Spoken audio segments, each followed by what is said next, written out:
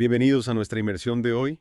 Nos adentramos en las turbulentas aguas del gobierno colombiano, donde el presidente Gustavo Petro pues apostó por la transparencia radical, transmitiendo en vivo una reunión de gabinete. La idea era conectar con la gente, pero el resultado ha sido una crisis política bastante inesperada. Sí, lo interesante aquí es cómo una acción con tan buenas intenciones transmitida a más de 1.2 millones de personas desató una tormenta porque en lugar de aplausos vimos críticas abiertas, acusaciones de ineficiencia e incluso insinuaciones de maniobras políticas dentro del mismo gabinete. Imagínate ministros criticándose entre sí frente a todo el país. Increíble. ¿Quiénes fueron los protagonistas de este drama político y por qué decidieron lavar los trapitos sucios en público? Bueno, figuras clave del petrismo como Francia Márquez, Susana Muhammad Gustavo Bolívar, Alexander López Augusto Rodríguez y Andrés Camacho expresaron su descontento con dos figuras en particular. Armando Benedetti, a quien acusaron de inacción, y Laura Sarabia señalada por supuestas maniobras para impulsar su propia campaña política. Es decir, no solo se cuestiona la eficiencia del gobierno, sino que también se insinúa un juego de poder interno. Exactamente. Podemos ahondar un poco en quiénes son Benedetti y Sarabia y por qué sus nombres están en el ojo del huracán. Claro que sí, Armando Benedetti es una figura política de peso con una larga trayectoria y ha sido un aliado clave para Petro. Su rol como embajador en Venezuela es crucial para el restablecimiento de las relaciones entre ambos países. Laura Sarabia, por otro lado, es una figura más joven, pero con una creciente influencia dentro del gobierno y se la considera cercana al presidente. Las críticas hacia ambos evidencian las tensiones entre diferentes facciones dentro del petrismo. Como si las críticas no fueran suficientes, también tuvimos renuncias. ¿Oh, sí? Jorge Rojas, director del Departamento Administrativo de la Presidencia, y Juan David Correa, ministro de Cultura, abandonaron sus cargos. ¿Qué nos dicen estas renuncias sobre el clima dentro del gobierno? Pues las renuncias de Rojas y Correa son síntomas de un malestar más profundo.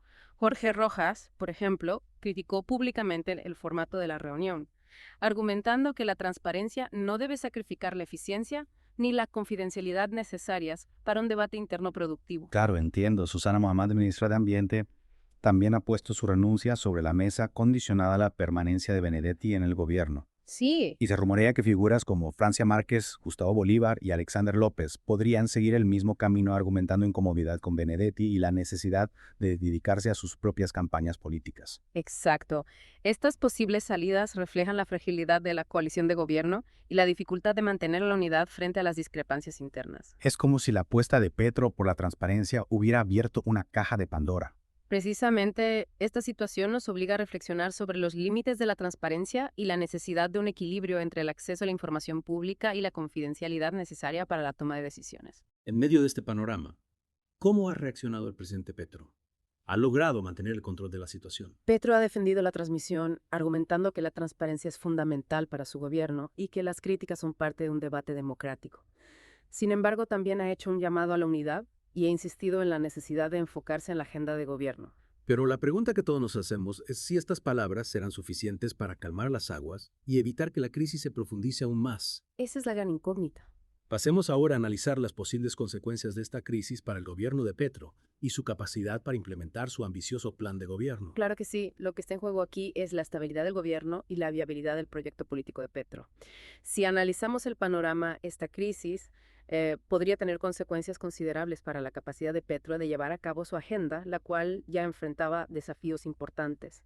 Exacto, la inestabilidad en el gabinete puede traducirse en falta de coordinación, retrasos en proyectos clave y pérdida de confianza por parte del público que depositó su esperanza en un cambio real. Precisamente, y aquí es donde la habilidad política de Petro se pone a prueba.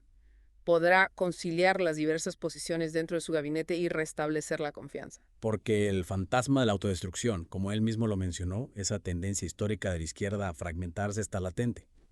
Y recordemos que la derecha generalmente se mantiene unida incluso frente a la adversidad. Es un contraste interesante, ¿no?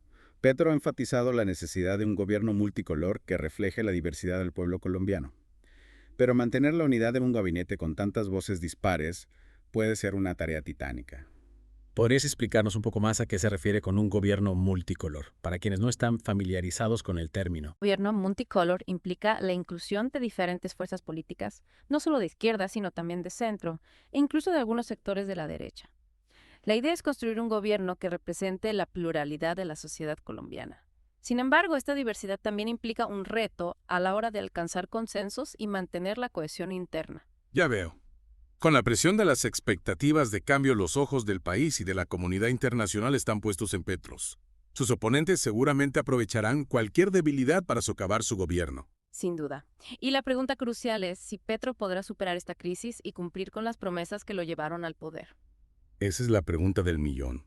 Lo que hemos visto en los últimos días nos muestra los desafíos que enfrenta el primer gobierno de izquierda en la historia de Colombia. Esta crisis, más allá de las circunstancias específicas, nos invita a reflexionar sobre la naturaleza del poder, la dinámica de la política y los desafíos de la gobernanza en un mundo cada vez más complejo. Totalmente de acuerdo. Y ahora me gustaría profundizar en el aspecto de la comunicación interna dentro del gobierno. Si los ministros se sienten con la libertad de criticar abiertamente a sus colegas en una transmisión pública, ¿qué nos dice eso sobre la dinámica interna del gabinete? Es una señal de que hay problemas de fondo en la forma en que se están comunicando y resolviendo los desacuerdos. Si no pueden hablar con franqueza a puertas cerradas, es difícil que puedan trabajar juntos para sacar adelante un programa de gobierno tan ambicioso. Tiene mucho sentido. Pareciera que la transparencia radical en este caso ha tenido un efecto boomerang, exponiendo las fisuras internas en lugar de fortalecer la confianza. Exactamente. Y este episodio también nos invita a reflexionar sobre el papel de los medios de comunicación y las redes sociales en la política actual. ¿De qué manera? La transmisión en vivo del Consejo de Ministros amplificó las tensiones internas y generó un debate público que en algunos casos se tornó polarizado y poco constructivo. En lugar de centrarse en el análisis de las propuestas y los desafíos de la gestión pública, la atención mediática se volcó hacia las disputas internas, alimentando el escándalo. Es cierto, a veces parece que se busca más el escándalo y la confrontación que el análisis serio y la búsqueda de soluciones. ¿Cómo afecta esto a la gobernanza y a la capacidad de Petro de llevar a cabo su agenda? La polarización y el ruido mediático dificultan la construcción de consensos y la implementación de políticas públicas. En un ambiente tan cargado es difícil que el gobierno pueda avanzar con su agenda, incluso si tiene las mejores intenciones. Entiendo. Entonces, la transparencia, si bien es fundamental, debe ir acompañada de una comunicación interna efectiva y de un manejo adecuado de la relación con los medios de comunicación. ¿Qué lecciones podemos extraer de esta crisis para el futuro del gobierno a Petro y para la democracia en general? En primer lugar, es fundamental fortalecer los mecanismos de comunicación interna dentro del gobierno. Es necesario que los ministros tengan espacios de diálogo franco y confidencial para abordar las diferencias y buscar soluciones conjuntas. En segundo lugar, es importante que el gobierno tenga una estrategia de comunicación clara y efectiva para transmitir sus mensajes a la ciudadanía, evitando que el ruido mediático desvíe la atención de los temas sustantivos. Y en tercer lugar, es crucial que la ciudadanía se informe de manera crítica y responsable, evitando la polarización y el fanatismo. Son puntos muy importantes. Y ahora, para ir cerrando esta inmersión, me gustaría dejarles una pregunta para que reflexionen. ¿Cómo creen que Petro puede superar esta crisis y retomar el rumbo de su gobierno? ¿Es posible conciliar la transparencia con la necesidad de debate interno y la unidad del gabinete? Los invitamos a reflexionar sobre estos temas, a informarse y a participar en el debate público de manera responsable. Sin duda, esta situación nos deja con mucho en qué pensar. Es un recordatorio de que la política, incluso con las mejores intenciones, es un camino complejo. Absolutamente. Y más allá de las complejidades que ya hemos discutido esta crisis, también nos interpela a nosotros como ciudadanos. ¿A qué te refieres? A que tenemos la responsabilidad de informarnos a profundidad, de analizar las diferentes perspectivas y de formar nuestras propias opiniones. No debemos dejarnos llevar por la polarización ni por las simplificaciones que a menudo dominan el debate público. Es decir, no se trata solo de observar el espectáculo político, sino de comprender las causas profundas de la crisis, sus posibles consecuencias y las diferentes alternativas que se plantean. Exactamente. Y para ello es fundamental recurrir a fuentes confiables, contrastar la información y fomentar un diálogo constructivo que nos permita encontrar soluciones colectivas. Me parece un excelente punto. No podemos permitir que la desinformación y la polarización erosionen nuestra capacidad de construir un futuro mejor. Totalmente de acuerdo.